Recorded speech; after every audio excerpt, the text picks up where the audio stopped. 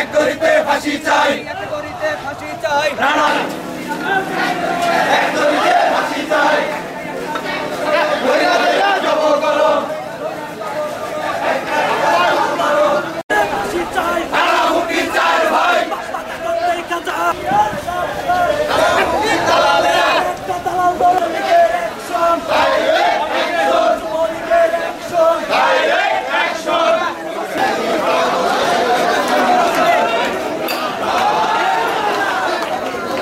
কোন মা তার সন্তান হারা হবে না, কোন তার স্বামী হারা হবে না, কোন সন্তান সান্নিধ্য পেয়েছি।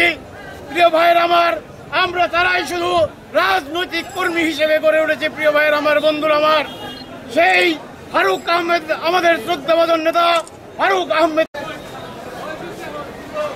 জননেতা বীর মুক্তিযোদ্ধা